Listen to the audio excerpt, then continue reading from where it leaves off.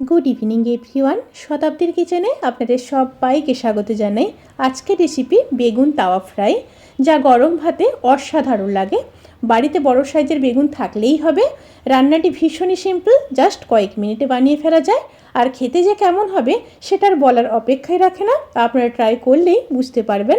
তাহলে চলুন শুরু করা যাক আজকের এই সহজ এবং সুস্বাদু রেসিপি। বেগুনের এই সুস্বাদু রেসিপির জন্য আমি দুটো বেগুন নিয়ে নিয়েছি। বেগুনগুলোকে ধুয়ে কেটে নেব, তারপর ফিরে আসছি। প্রথমে একটা মশলা তৈরি করে নেব। তার জন্য নিয়ে নিয়েছি 14-15 কোয়া রসুন, দুটো শুকনো লঙ্কা, কিছুটা ধনেপাতা,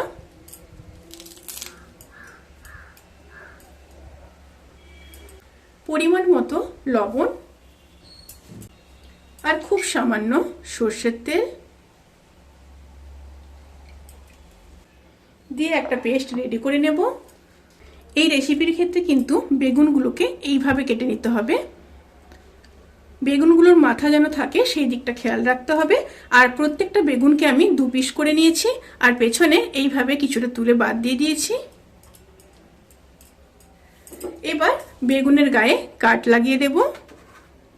এইভাবে কাট লাগিয়ে দিতে হবে, তাতে করে মশলা খুব ভালো মতো বেগুনের মধ্যে ঢুকে যাবে।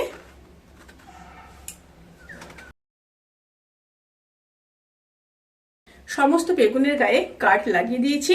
এবার মশলাটাও রেডি হয়ে গেছে। এবার মশলাটা বেগুনের গায়ে লাগিয়ে দেব।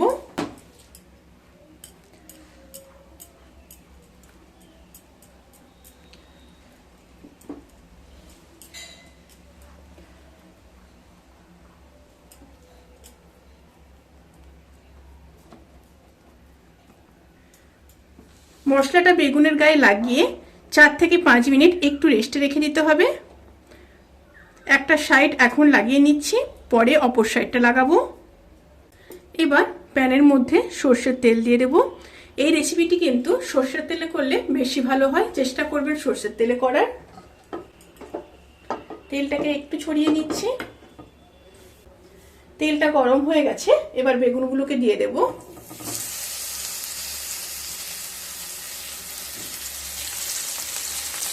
আর ওপর সাইডগুলো মশলা দিয়ে দেব।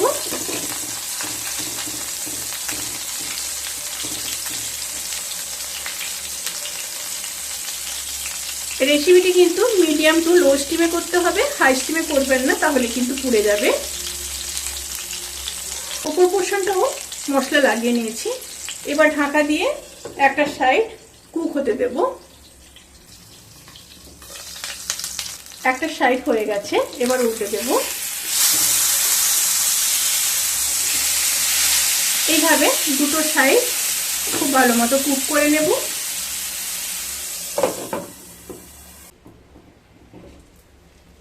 বেগুনের তাওয়া ফ্রাই কিন্তু সার্ভ করার জন্য একদম রেডি।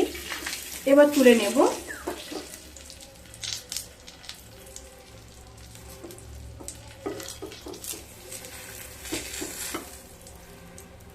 এইভাবে আরো একটা বেগুন ফ্রাই করে নেব।